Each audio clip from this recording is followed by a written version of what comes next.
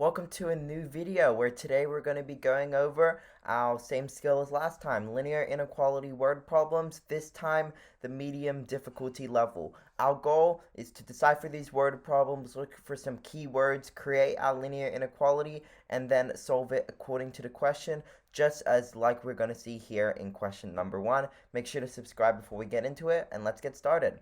So to get to school, Daquan walks 0.6 miles from his house to the bus stop. He then takes the bus for 3.9 miles. After he gets off the bus, he can choose one of several walking routes to the school. The total number of miles he travels via walking and bus does not exceed 5.4. What is the greatest possible number of miles he walks after getting off the bus? As explained in the introduction, we need to set up an inequality in order to solve this question, and it's going to look a little bit like this. So we cannot exceed 5.4 miles, meaning we can reach it, but we cannot go over it, meaning we have the less than or equal to sign with 5.4. This is going to be part of our inequality. And then we need to have the total distance traveled already plus our unknown amount. So total distance traveled already is just represented by 3.9 plus 0.6, and that is 4.5. So our inequality looks a little bit like this. 4.5 plus x is, it needs to be less than or equal to 5.4. My bad, because of course we can reach but not exceed 5.4. So now we need to isolate our variable. Our first step here, of course, it's positive 4.5. So to get the variable by itself, we just need to subtract 4.5 from both sides. And then 5.4 minus 4.5 is 0.9. We are left with x is less than or equal to 0.9, and we need the greatest possible number of miles we can. That's going to be the equals to, because all other values are going to be less than that. So x is equal to 0.9 miles, or 0.9 miles is the greatest possible number of miles he can take those several walking routes. Okay, on to our next question here. We're just going to be setting up the inequality. No need to solve here. Let's read through and do this. So, a barber charges $12 for a haircut. His operating expenses are on average $37 per day. He calculates his profit by subtracting his operating costs from the money he earns from the haircuts he gives. In a given day, the barber expects to make a profit of at least $86 if the barber gives 8 haircuts in a day, which inequality best models this situation.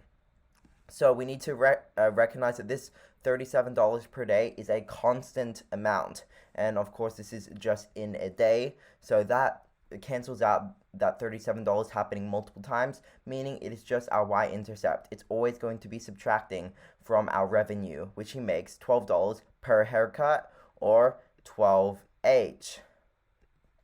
So now our inequality looks like this. We need to include this keyword, at least. At least means $86 is the very lowest value we can have. It needs to be greater than or equal to.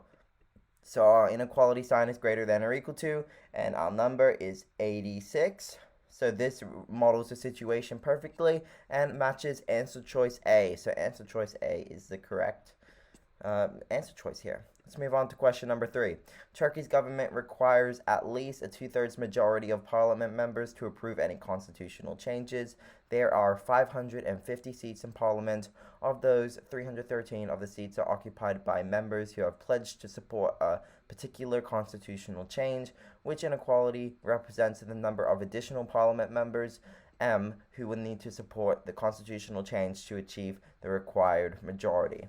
So here we're just going to be using a lot of common sense in order to figure it out, because if there's 550 seats in total and we need at least 2/3 majority, let's multiply 550 by 2/3 in order to find the number of seats needed to get something approved, that constitutional change. So we do 550 times 2/3.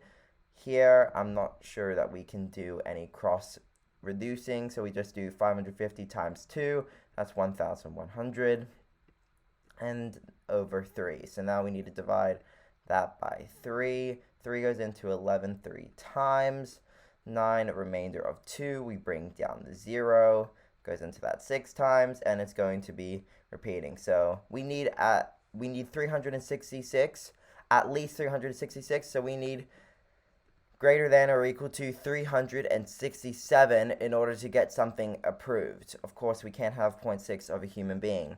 Of those, 313 seats have already been guaranteed to be supported, so we just need to subtract 313 to see how many more we need. So that's 4, 5, that's 54, and we need greater than or equal to this value. Of course, before it was just 366.6, so it's 53.6 repeating. And that's the number of additional members, m, of course. So m is greater than or equal to 53.6, matches answer choice A. On to our last question here. In the year 2000, the average American consumed 8.3 gallons of whole milk per year.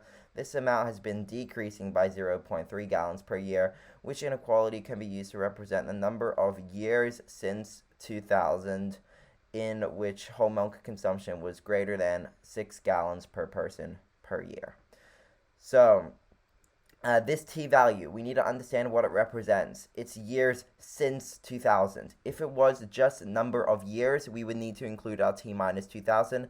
But since it's years since 2000, well, it's been 1 year since 2000, that would represent t equals 1, but that year would still be 2001, which means we don't need this clause whatsoever. So answer choice B and answer choice D, we can eliminate. Now, we have the same expression on our left side. It just matters without sign. And we can see, obviously here, whole milk consumption is greater than 6 gallons. Well, we need this expression to be greater than 6. So A is the correct answer choice. Okay, so that was all for this skill, medium linear inequality word problems. If you have any questions, make sure to leave them in the comments. I'll see you guys in another video where we will go over the advanced difficulty level of this skill. Goodbye.